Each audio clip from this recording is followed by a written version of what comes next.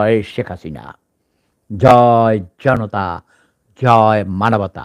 আমি আমার হাঁটু আপাকে আবার বাংলাদেশের সিংহাসনে অধিষ্ঠিত করবই করব। শেখ হাসিনা এখনো বাংলাদেশের বৈধ প্রধানমন্ত্রী।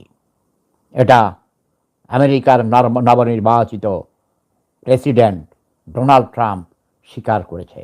আপনারা দয়া করে ধৈর্য ধরে অপেক্ষা করুন।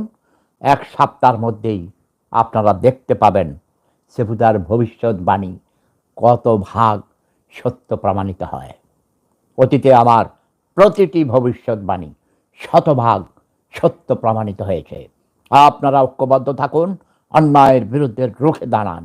বাংলার মানুষ আমাদেরকে এইসব টাউট বাটপাড়া রাজনীতিবিদরা ধোঁকা দিয়েছে, আর ধোঁকা দেওয়া যাবে না, যাবে না, যাবে না। জয় জনতা, জয় মানবতা, প্রেম।